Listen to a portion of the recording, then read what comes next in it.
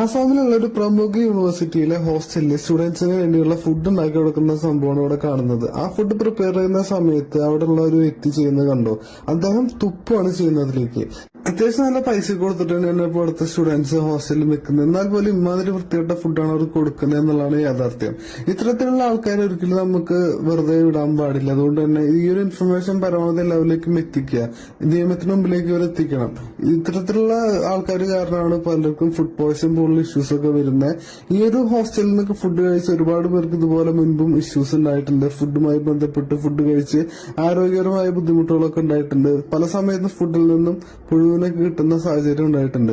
So ആ ഒരു ദൃശ്യങ്ങളാണ് ഇവിടെ കാണാൻ സാധിക്കുന്നത്. അപ്പോൾ പരമാവധി എല്ലാവരിലേക്കും ഈ ഇൻഫർമേഷൻ എത്തിക്കുക. ആസാമിലുള്ള ഒരു പ്രമുഖ യൂണിവേഴ്സിറ്റിയിലെ ഹോസ്റ്റലിൽ സ്റ്റുഡൻസിന് വേണ്ടിയുള്ള ഫുഡ് ഉണ്ടാക്കി കൊടുക്കുന്ന സംഭവമാണ് ഇവിടെ കാണുന്നത്. ആ ഫുഡ് പ്രിപ്പയർ ചെയ്യുന്ന സമയത്ത് അവിടെയുള്ള ഒരു വ്യക്തി ചെയ്യുന്നത് കണ്ടോ. അദ്ദേഹം തുപ്പാണ് ചെയ്യുന്നതിലേക്ക്.